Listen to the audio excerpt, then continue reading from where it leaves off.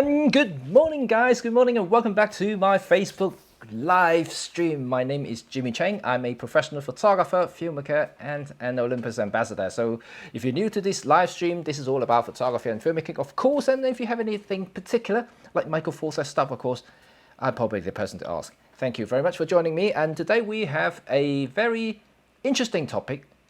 Well, actually, is something that I recently posted on YouTube, and is more to do with my YouTube live. This happening later this afternoon at 3 p.m. So if you're interested, you're very welcome to join me once again for an extended discussion about the worst Olympus camera and more, because I'm going to have a lot more to talk about. It's usually a lot longer as well compared to my morning Facebook live stream. So morning Hart, morning Roman, Mark, and Adam. Wow, cool. Right, and yes, it is interesting, right? Because all along I've been saying how beautiful the Pen F is from Olympus, and I really do enjoy not only just looking at the Pen F, but I really do enjoy using it as well. And I have nothing to complain about it. I mean, if you have to be really picky, obviously, being a digital camera, it doesn't have the latest and the greatest tech on it, such as the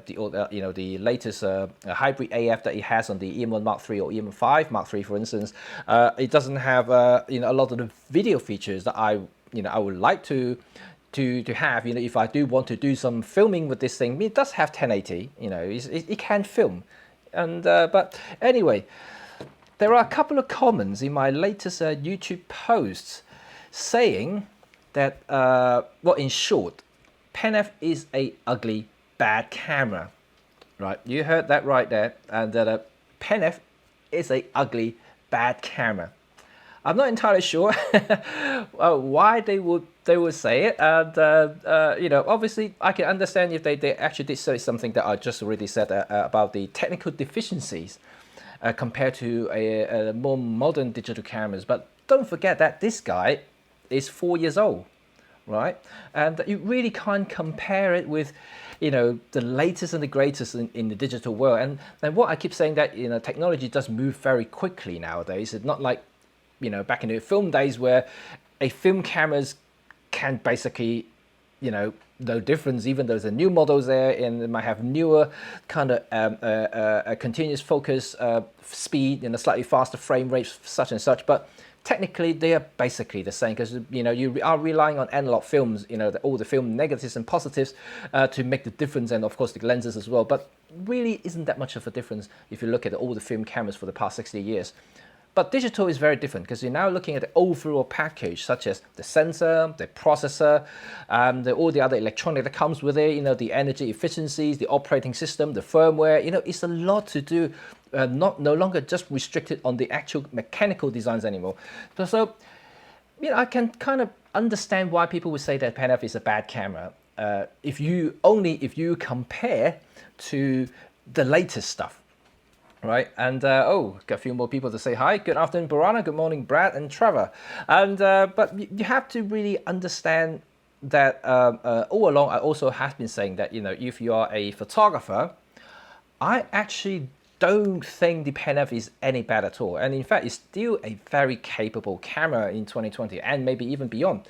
I don't see a problem using it. Taking any bad picture, that's a start. It can capture really beautiful photos, and there's no difference on anyone using EP1 even. It might be technically a very crap camera by today's standard, but look, people can capture like really nice stuff with iPhones, and you can say something about like technical incompetence in the smartphone sensors and stuff like that.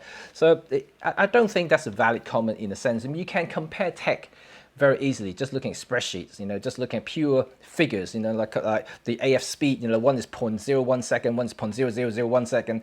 Obviously, 0.0001 second is like 1,000 times quicker than 0.01 second. But can you really feel it? Unless you're doing something really heavy demanding on the AF speed, for instance, like tracking, things like that, you're probably unlikely to notice much difference. And So I don't know what to say, but anyway, it's a very interesting thing. I don't know what you guys think about the Pen F, but I do genuinely believe Pen F is a beautiful looking camera. Definitely not ugly, So but obviously the purpose of my post on my YouTube is to understand how people think about their cameras, and also like what they think about the overall Olympus world. You know, what sort of cameras they like or they don't like, and why, and the reason behind it, to create a topic that I can able to discuss today. Not so much about which one is actually the worst, but also I just want to understand it. And in a way, I also trying to get a sense of you know, in the community, you know, what Olympus should do in order to, let's say, propel them forward and look into the future. And hopefully, you know, if this whole saga of moving into JIP is going to be a good thing, and hoping JIP will take notice of everything that I said. And also, I mean, I definitely will feed that back. I mean, as an ambassador, I mean, I have their duty to feed back some of the reactions from people. So like, hopefully I'll gather some of these comments, and then maybe I will just send it all back to Olympus and see whether they will actually eventually take note and hopefully create something better for everybody in the future.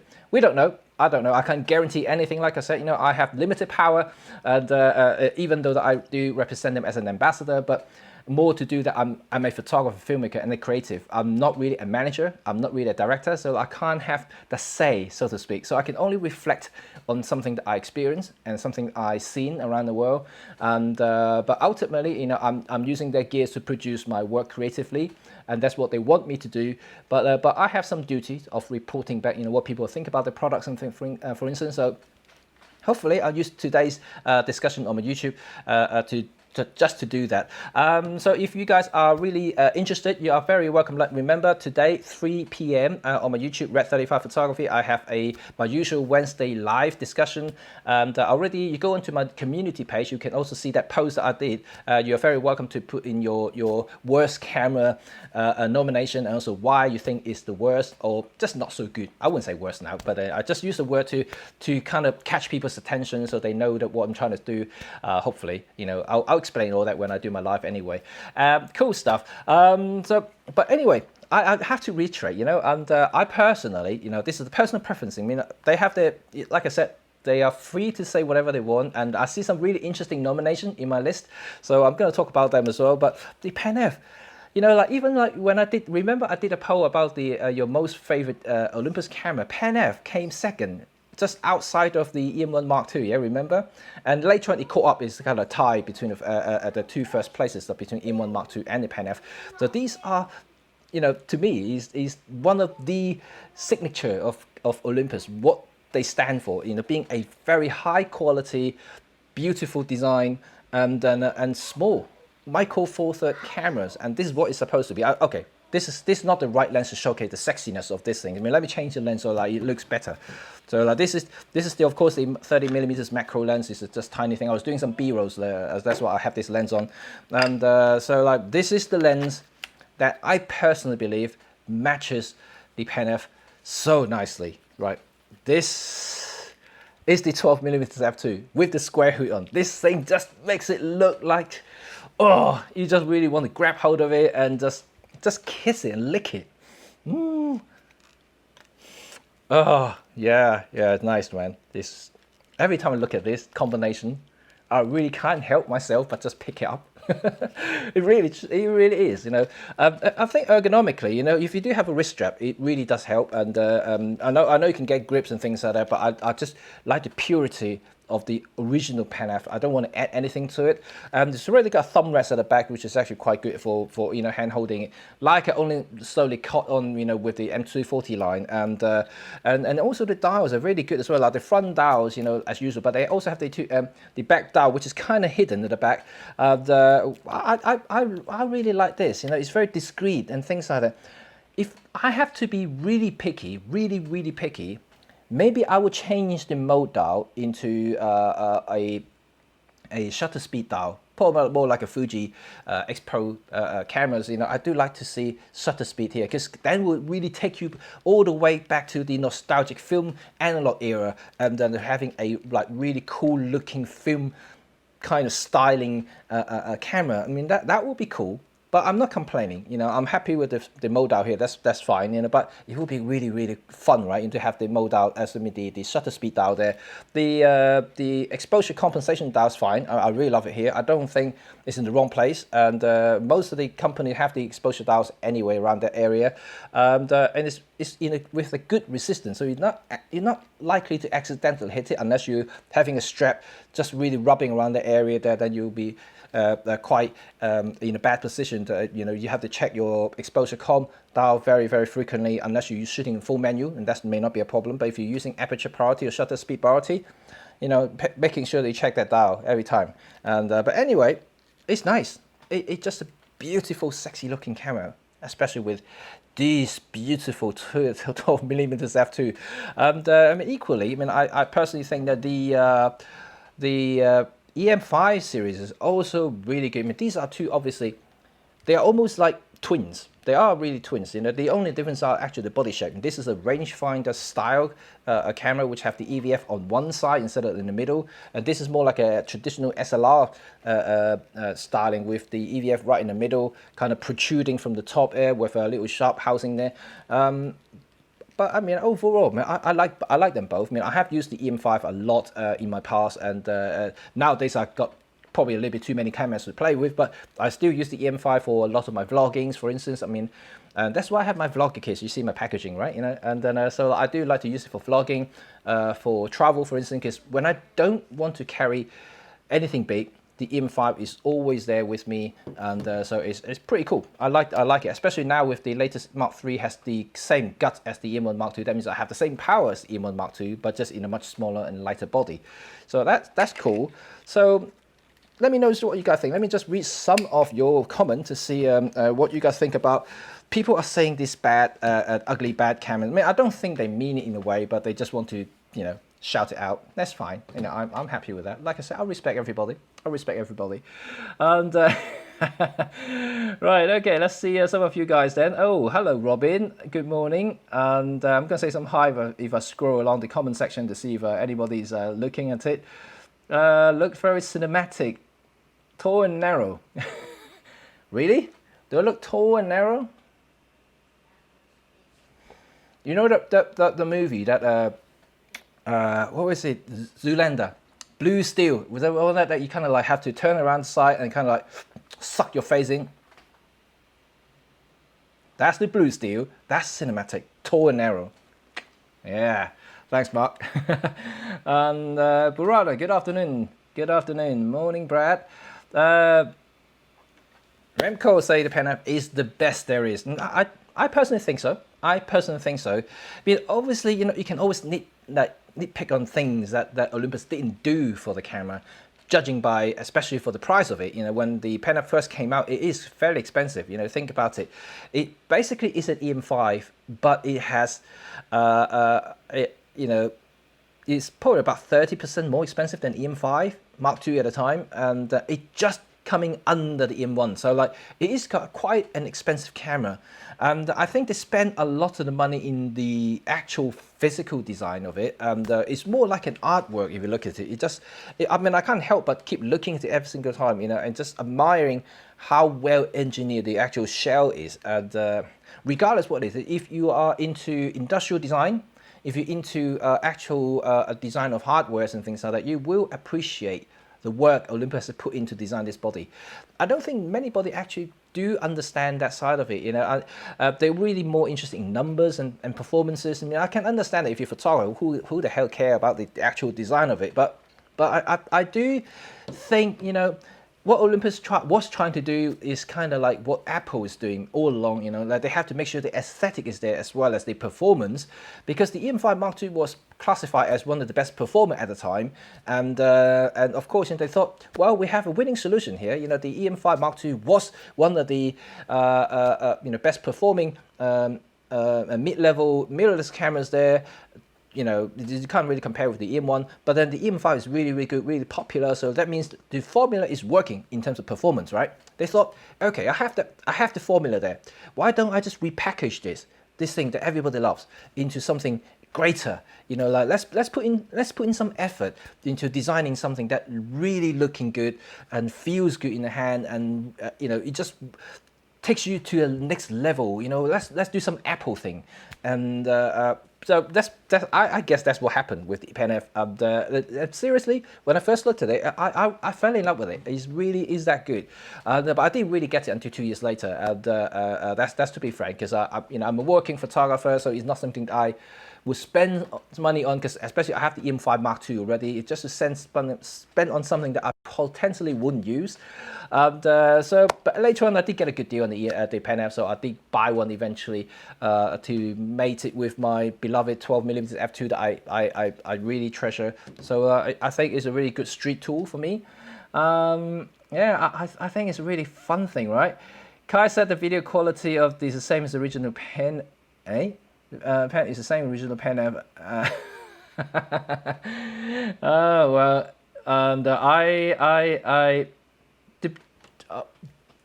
think a lot of people, what they actually saying is that I mean, Kai is different. Kai does YouTube, right? And so he shoots videos for living in a way.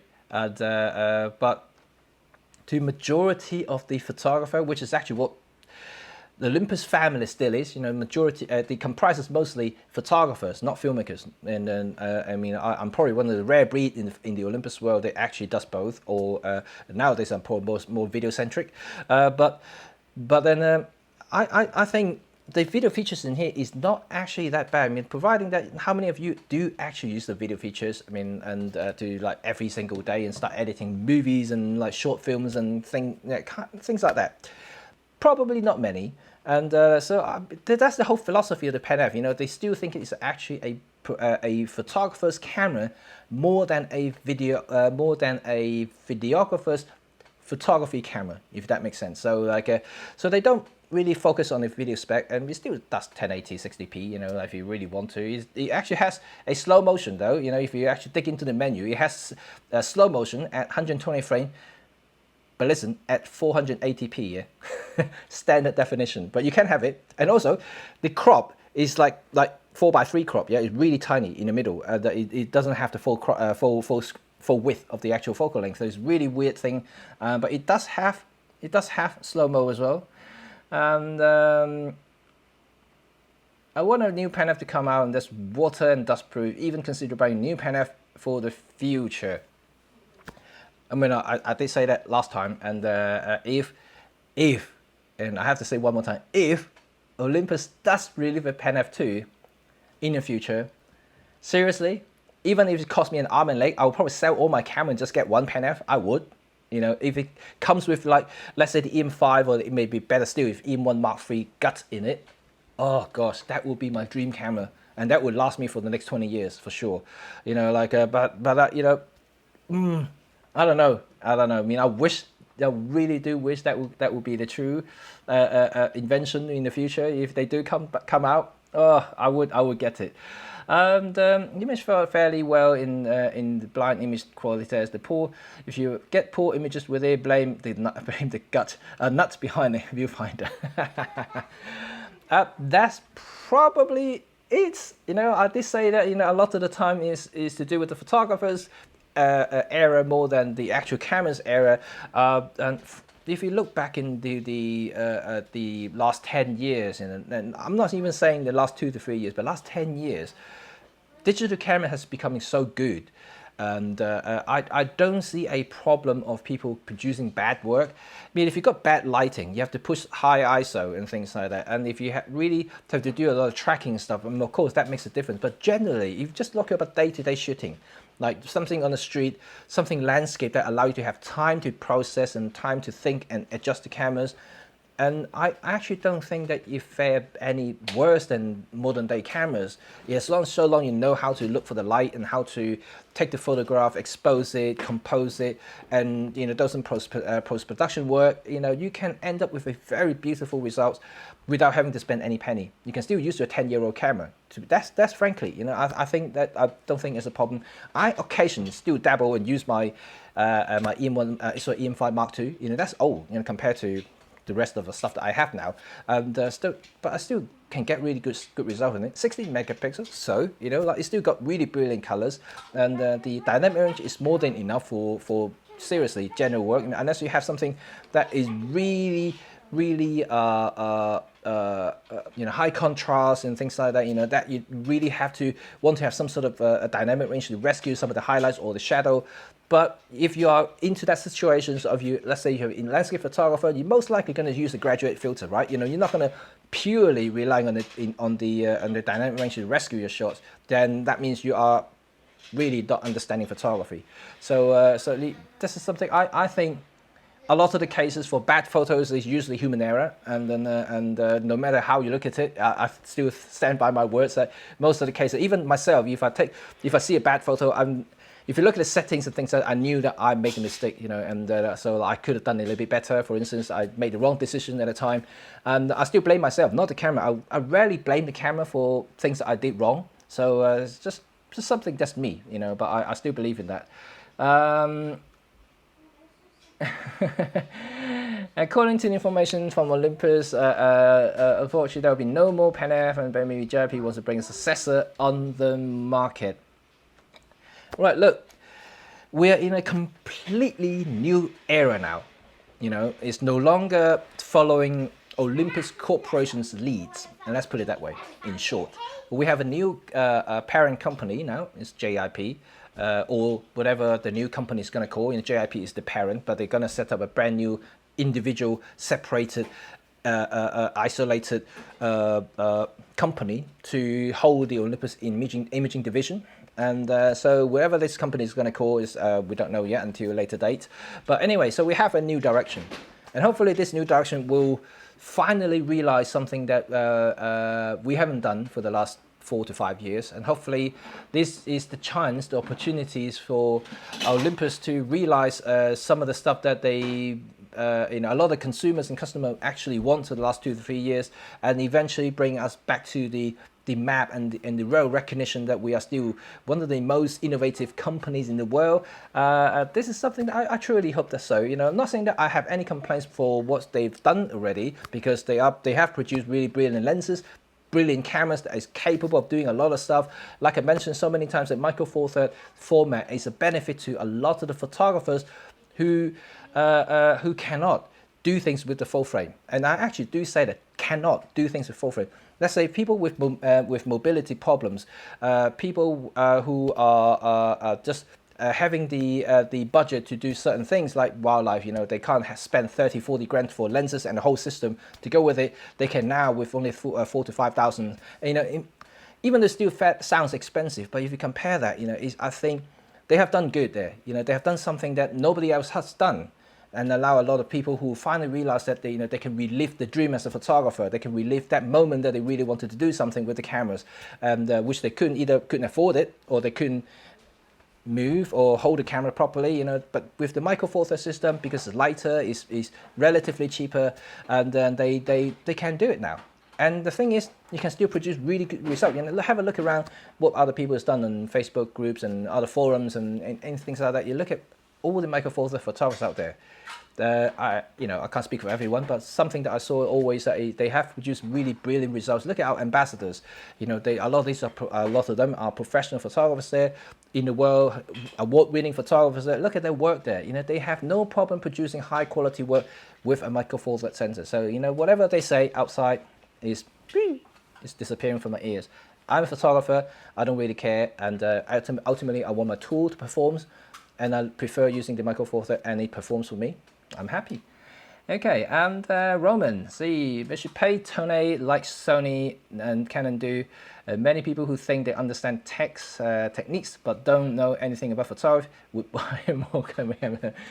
Oh well, Tone doesn't say anything like that. I'm telling you now. Watch my later live stream. I have something to say about Tone, and because after watching their videos, I think I kind of talk about it on Monday. It is something that he said it himself. So like, I don't want to say. I don't want to spoil it. So you have to join my YouTube later on this afternoon, and then we can discuss about Tone a little bit. So let's become a collectible. Don't be a collectible. You're supposed to use camera, right? When you have a camera, I know. I know that I used to be a Leica photographer. I'm still a Leica photographer in a way, and but a lot of people who like, especially in the Leica community, they like to collect Leicas. They just put on the shelf, just kind of admire it every now and then. And it's like, but cameras are designed for you to use, and you're supposed to appreciate and feel it. You know, you're supposed to have this connection between your brain, your eyes, and the camera. You know, it's the extension of your eyes, right? You know, whenever you use the camera, so you really need to use it. You know, don't put it on the shelf. You know, like, take it out, have a spin. You know, I think when you even if you, I know I hate scars, you know, on the camera, if especially a beautiful camera like this. But if you do have some scars, that's the memory. You've been through something special with the camera. You know, that even get you even more emotionally attached to the camera. I think that's cool, right? You know, I have.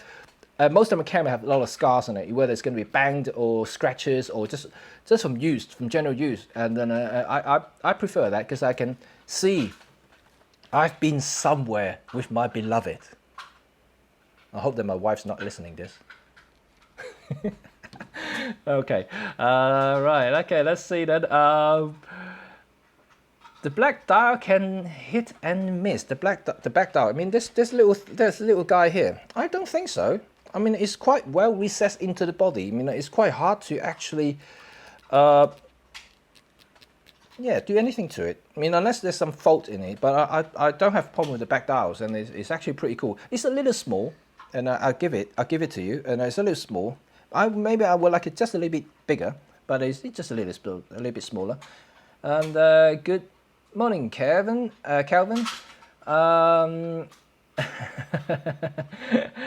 Let's see there. What it seems Apple make a better job in marketing. I think if you look around and a lot of the publications since the Wednesday announcement, of course, it's a week ago now. Can you believe it's already been a week? And a week ago, they talked about the one of the reasons that caused Olympus decisions to sell the imaging division was because of the marketing, and I tend to agree in a way. It's not so much about the marketing people that I know in the UK, but in general, you just talk about the directions of the marketing, and they didn't really quite capture the sense of, let's say, the Pen F, when it first came out, they didn't really do what Apple did in terms of how much they highlight on the actual build quality itself. They needed a lot of this cinematic stuff just to highlight the beauty of it. I truly maybe believe in that, and also features and things like that, and also the one thing that I think they kind of missed is the video side of it. And I know that Olympus has always been a photography camera company, and they're still really aiming and targeting photographers, but you can see the landscape has changed slightly, and if actually not slightly, it's actually quite big. People are now vloggers, and I know most of you probably not, but then that's the trend. A lot of the younger generations now, they are looking up to YouTubers. They're looking at video features, not just photography anymore, even though they do photography, but they need the video side to enhance the skill set to do other things. This is something that's been witnessed now for the last 2 to 3 years, and that's why this year you can see a lot of companies doing vlogging stuff, vlogging kids, vlogging this, vlogging that. Is coming up big time. And and also, if your company wants to continue to grow, they need to look into the younger generations, because that's the future of the company. Yeah, they buy their stuff, so you need to attract this younger group, and it's fine for the older generation like myself. We already know what we're doing, but the younger people needs a little bit of education, that they need to start getting into what's available, and they need to target those areas. They need to target those people, and the market needs to do a better job in appealing to this younger market, and that's how I see it, and that's what other companies has been doing pretty good jobs of doing that in the last few years. So perhaps the GIP will change that. I don't know. Like I said, it's up in the air, and I will see in the next few months to see whether things changes. But I'm still optimistic about the whole thing. So let's see what's going to happen.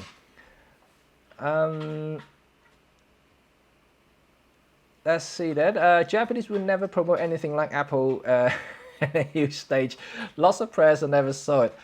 Well, if we look at things are changing. I think things are changing. Sony is doing similar things. You know, Sony is having big stages now whenever they announce something, and they are taking note of what Apple has done in terms of showmanship, and this is what captures people's attention. This is what captures the youngest heart, because these days now, most of the people who tune into the what they call the keynote speech and keynote presentations are the younger generations. They are the curious type. They are the one who troll through YouTubes every day, you know, and they really look into it, and then they're trying to find information about the latest and the greatest kind of thing.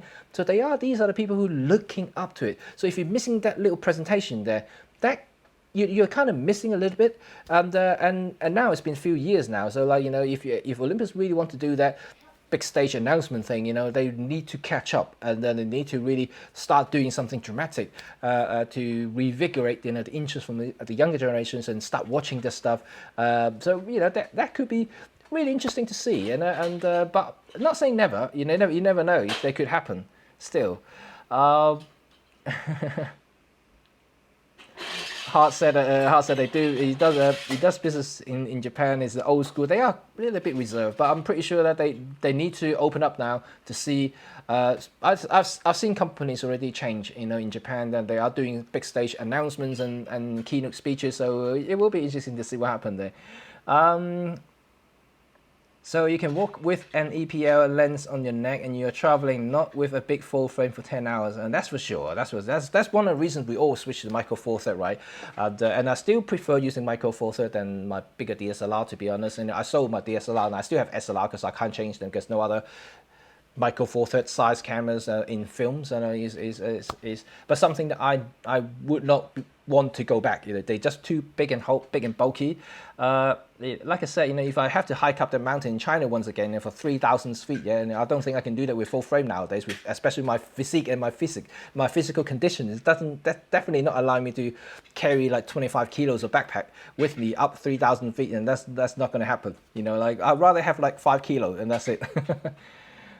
And this afternoon, YouTube, Cheng and Tony Northrop will fight. Yeah, I wouldn't say call it fight, you know. And you know, I never fight. I'm a gentleman. I'm a gentleman. And Kimmy just swears a lot, you know. And I don't think he can be in here because my kids are here. So like, if he's here, he'll be swearing F left and right and center. You know, like I don't think that's gonna happen. And Hart said that EM1 is for him, and yeah, but like I say, it's also about preferences. You know, people have bigger hands, and they always find bigger cameras better. And that's why I think the EM1 sells particularly well in the West, is because a lot of people have bigger hands compared to Asians. So like they do find the EM1s fits better for them, and while still relatively small, but then they still have the ability to add bigger grips, vertical grips, and then the grip is also definitely, and then look at the EM1, it's just way more pronounced, so you can actually fit better. But even with my little hand here, you know, I can still hold the camera really comfortably. And this is something, if you look across the board, you know, on all the reviewers go out there, they all praise how ergonomically pleasing the Olympus camera is, especially grips, construction and the shape. The grip is definitely one of the best out there, regardless. And Roman said, video quality, Panasonic released the best ridiculous suicide camera G100.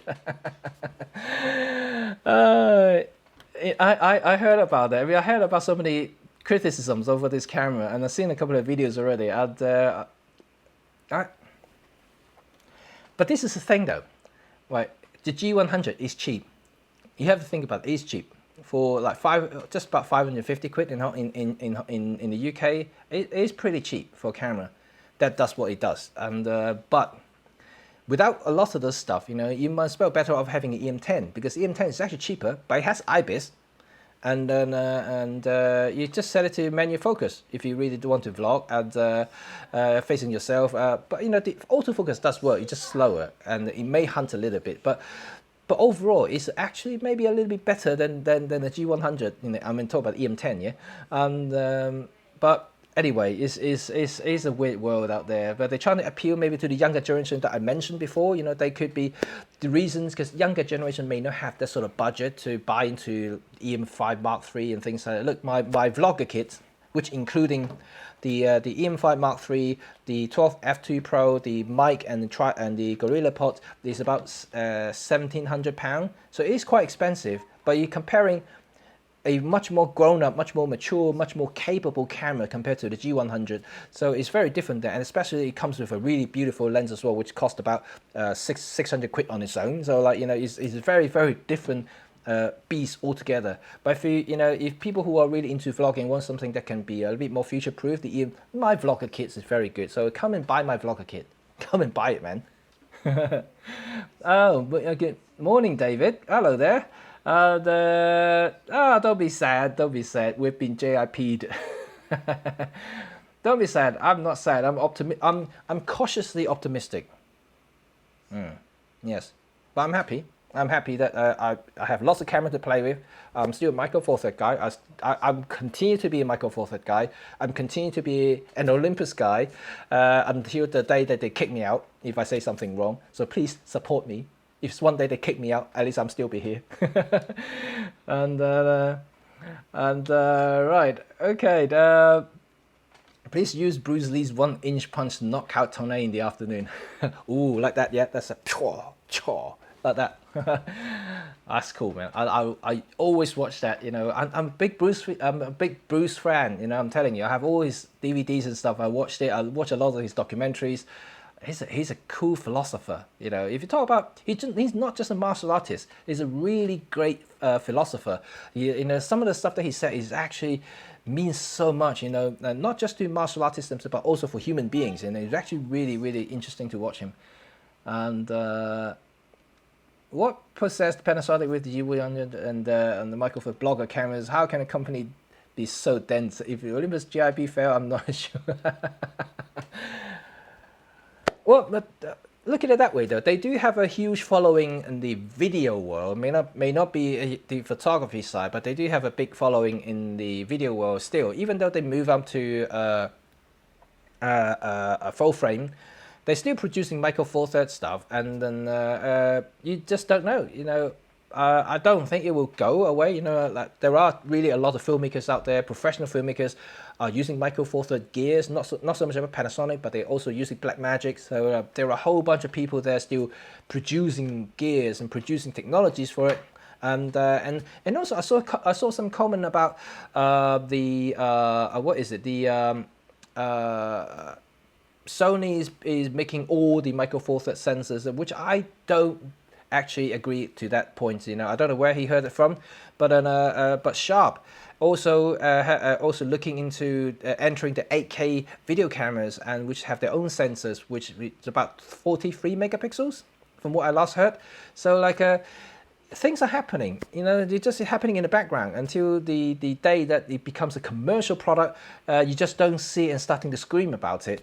But you know, I don't know, you know, when it's going to happen. You know, if it does, it'll be really cool, right? And but things are really happening, and like I said, we don't know a lot of the stuff. We really seriously don't. I mean, people are reading something online, and then claim to become their information. But look, even I read information online. So I don't own those information. I don't know better than Olympus. I don't know better than JIP. I don't know better than anybody else who works within Olympus. You know, I don't. You know, I just listening. I'm just reacting to the news. I'm reacting to a lot of things. And but that's what I'm saying.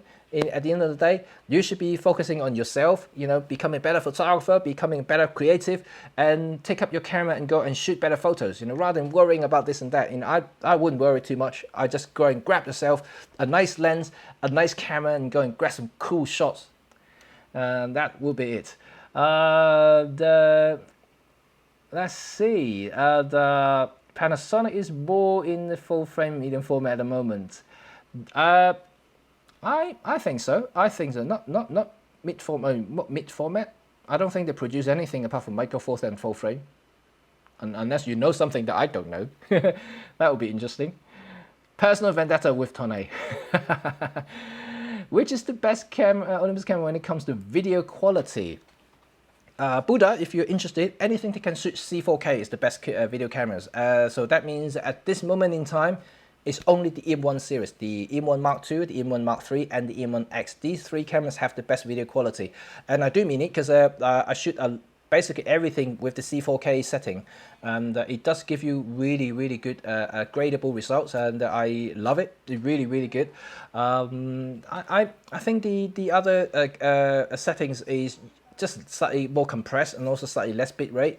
They all fall to 0 anyway, and 8-bit, so you're not talking about a lot of color depth there, but it's more than sufficient to produce really great work. I don't see any deficiencies there unless you are looking at broadcasting level of quality, you know. Then if you're looking at that sort of quality, you probably wouldn't even use Sony, not like, let alone Micro Four Third. You're probably using some cinema cameras, completely different to what we are seeing these days. You know, if you're only producing video for like local clients and even like medium-sized businesses, your YouTube, for instance, and your home videos, you don't need more. The thing is, the more you pump into the video codecs and the compressions are having high bit rate, high color depth, higher this and higher that, you kind of kill your system. Not just the camera, but your editing and everything will slow down quite dramatically unless you have a very powerful graphics card, very powerful computer.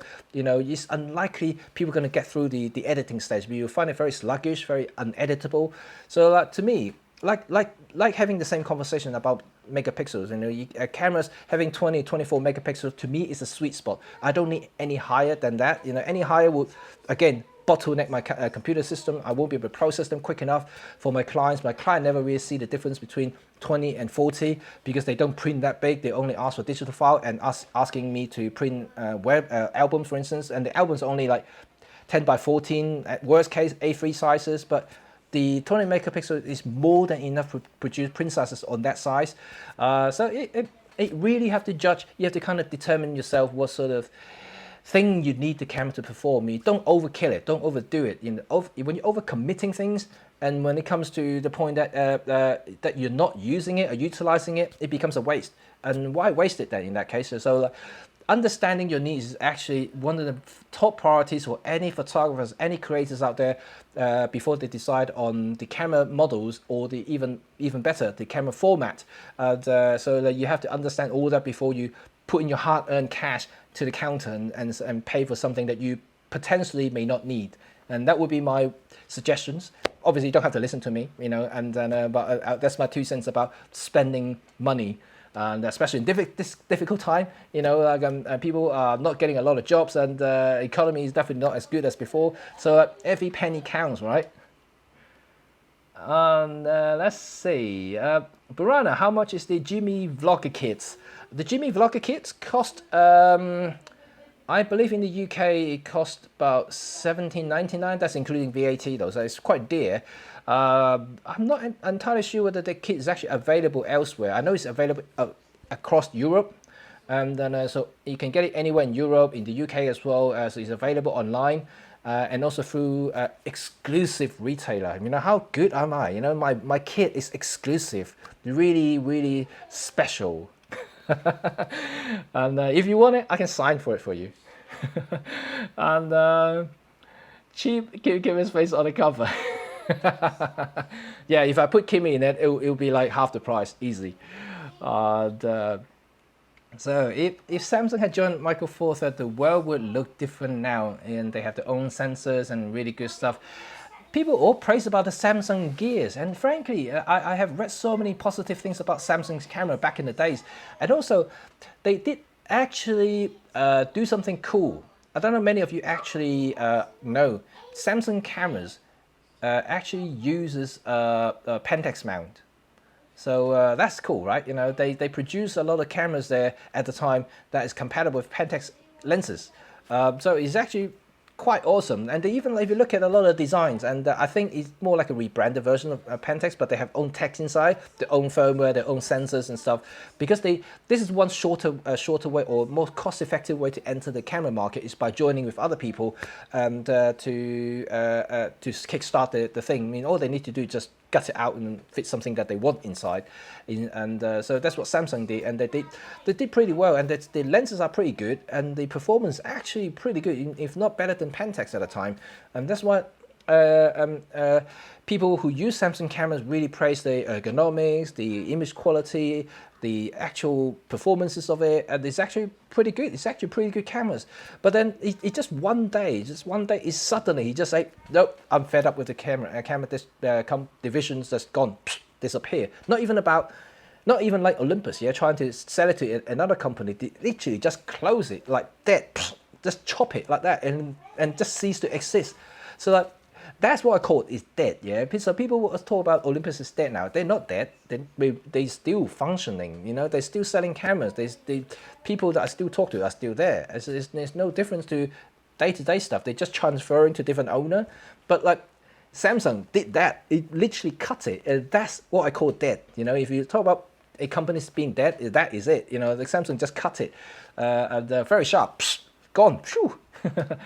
And oh, boot up. Thank you. You're welcome. Hope you got that. And Samsung NX. Yeah.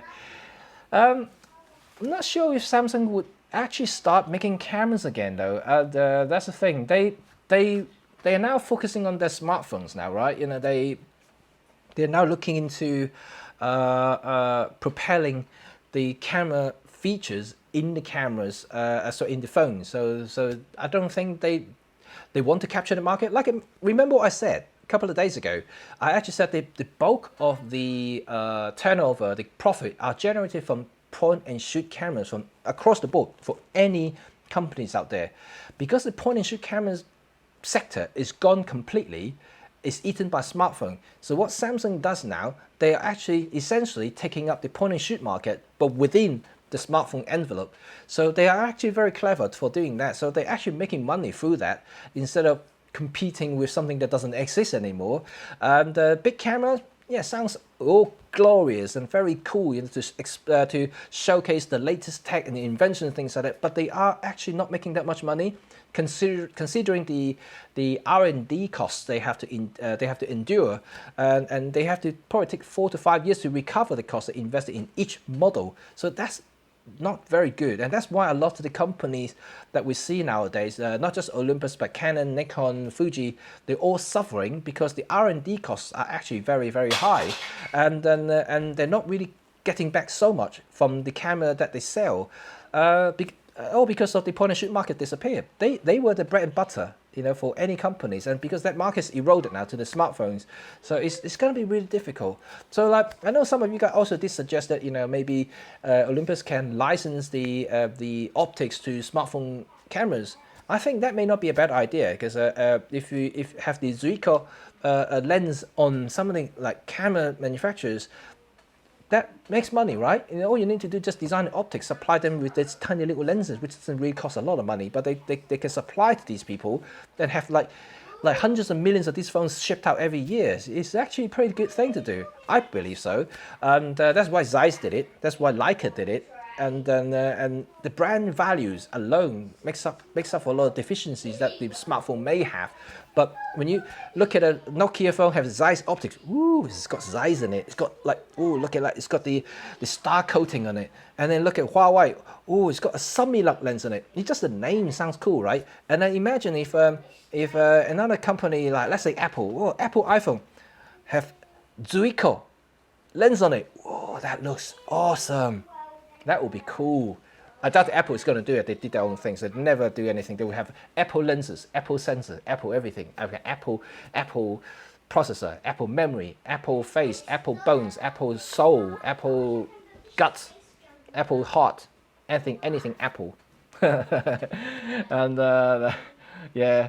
Anyway, that's a fun thing. Samsung could include all the research and computation of photography in the real deal camera. Yeah. It'll be cool. And I think that, I mean, if Samsung gonna get a partner in optics side of it, it probably wouldn't be Olympus, because you know, the South Korean boycott issue to Japanese product may have a big play on it. And so if they look for a lens partner, they probably look for European company, maybe even Voigtlander, who knows? But I'm just joking. Just forget about what I said. And. Hard smartphone with Lumix cameras sound promising 4 years back. Yeah, but it has some crazy stuff, right? And then back then, Nokia was the king for camera. So Nokia was everything, right? I still remember the days when I had the Nokia phone, yeah, and if you forget about charging your phone, you go to anybody's houses, yeah, everyone has a Nokia charger. You just go and plug it in. But it shows how popular Nokia really was. They really dominated the whole entire world in terms of phone market, mobile phone. And but nowadays, of course, it's very different now, and it splits across different brands and things. And Android is what really, if you talk about operating system, Android is dominating the whole world. But in terms of manufacturers, you know, it's you know, you got the Samsung, you got a Huawei, you got Apple. These kind of like the three main players there, and still is today. I mean, I personally use iPhone just because I'm stuck with it. I invested so much money on the bloody apps everywhere, and I do use Mac for my computer, so it just works. So I'm not changing. And but you know, I do admire technologies. I do look at other people's work, other people's inventions, and like I said, I'm never like a negative guy. I don't really want to be you know, discriminative towards others who are using other brands and things like that. And I'm just a guy, you know, who like to talk about things that like I do every day right here with you guys. Right, okay. I think it is time to end my new talk again, and because I want to save my breath for later. Remember, I have a stream later this afternoon at 3 p.m. in my Red 35 YouTube channel. Join me there and talk about the worst Olympus cameras, and also donate and Q&A if you have any question to ask me. Of course, I will be trying to help if I can. Oh, excuse me, just choked myself. And yeah, remember, I do have a community post in my YouTube page. If you go to my Red 35 YouTube page, you will see there's a tab, say community. Click on it, look at my latest post. You can put your nomination on your worst Olympus cameras ever, in your opinions. Give me some reasons behind it, why you think this is the worst camera, and I'll be able to use that as a topic. And because there are already some inputs there, like I mentioned, there are some talking about Pan F was the worst and ugly camera. So like I find it funny, so that's why I want to talk about it this morning. But I'm going to repeat a little bit of that later on this afternoon. But bring in your nomination. Tell me which Olympus camera you think is the worst. In your opinion, you know, when I say worst, not necessarily it's a bad camera, just something that doesn't fit your needs, or something that you like about it, whether it's going to be design or lack of features and things like that. Let me know, so we'll be able to do something fun about it. So let's have some fun. Let's have some coffee over it, and that'll be really cool.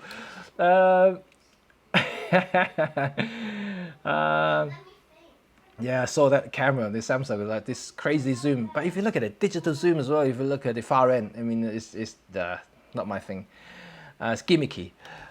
After training with a 1-inch punch, yeah, that would be cool, right? Huawei will have built-in spyware. See, my phone spies for the Chinese, Jimmy spy for the Americans. I spy for myself. Right, okay guys, thank you for joining me today, and it's really fun. It's been really fun this morning, so I'm glad you guys enjoyed it. So let's have a talk this afternoon if you guys so happen to be free from 3 o'clock onward, and join me there to have a live chat. Usually lasts about an hour and a half to 2 hours, so God knows how long it's going to be. My wife usually will start telling me off towards the end of it because we have to prepare for dinners for kids. So I'll try to keep it run about 2 hours spot, and that will be my aim. But otherwise, I'm going to have some fun this afternoon. Hopefully, not many trollers. You know, I did make some enemy last week when I did my live stream talking about Micro Four Third, Olympus is not that kind of thing, you know, and also talk about Canons. I'm pretty sure there were some fanboys there really hated me to the bit, and leaving some like horrible comments and things. But I just ignore this stuff, to be quite honest. Like I said, most of the time when I do YouTube videos, when I do live, you know, I'm not really looking for view counts and clickbait and things like that. I just want to have a chat, have some fun with it. You like what I'm doing right now, right? And if something that you guys enjoy, you know, I'm really happy to have a kind of like virtual face-to-face talk about everything photography, Olympus, Micro Four Third related. You know, I'm really happy to do that because I'm interested in it. I'm just passionate about it. You can tell from my tone, right? So that will be cool. But anyway, that'll be good. So hopefully I will see you all later on, and hopefully there'll be less Canon and Sony boys there because especially Sony people, they are very vicious. They are really vicious, and so hopefully none of them will be there, and we're just gonna talk about stuff, right? But because of my topic, I suspect that it's mostly gonna be Olympus people. So like, hopefully, I'll kind of eradicate all these foreign people. I shouldn't say that. That sounds discriminative. I'm not going to say that now. I'm going to say something wrong soon. So like, no, I'm a genuine guy. I love everybody. I don't mind what brand you use, as long as you're a photographer, a creative, a filmmaker. I'm happy for you. I'm your mate. I'm your friend. So let's put it that way. I don't care what you use, as long as you're really passionate about what we do here, and as a photographer, and that's it. That's all I care about. So thank you very much for joining me, and I will see you all today. If not, see you till tomorrow. Bye for now.